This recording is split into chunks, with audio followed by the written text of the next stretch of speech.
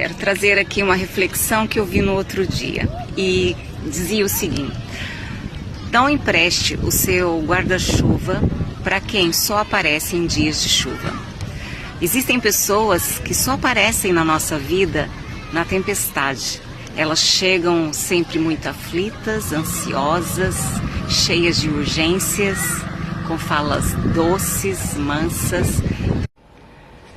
E no primeiro raio de sol desaparecem e nós nos tornamos invisíveis para essas pessoas.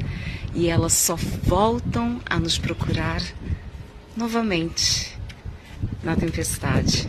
Então, vamos deixar de emprestar o nosso guarda-chuva para essas pessoas que só nos procuram quando está a chover.